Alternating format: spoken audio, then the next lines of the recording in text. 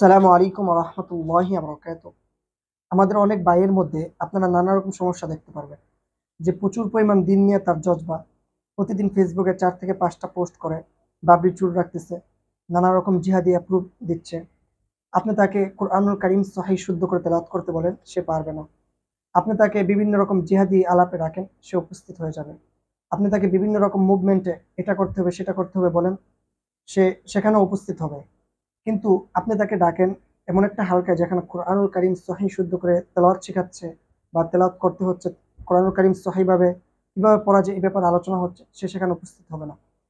এরকম যদি আপনি কারোর মধ্যে দেখতে পারেন, তাহলে বুঝে নেবেন যে তার মধ্যে বিরাট সমস্যা আছে।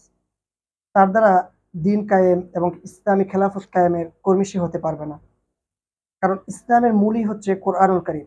যে কোরআনুল কারীম সহিহ করে পড়তে পারে না, সে কিভাবে দিন কায়েমের খেলাফত কায়েমের কর্মী হবে?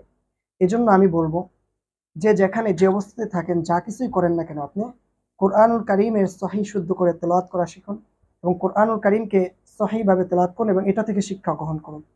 আল্লাহ তাআলা আমাদেরকে তৌফিক দান করুন। আসসালামু আলাইকুম ওয়া রাহমাতুল্লাহি ওয়া বারাকাতুহু।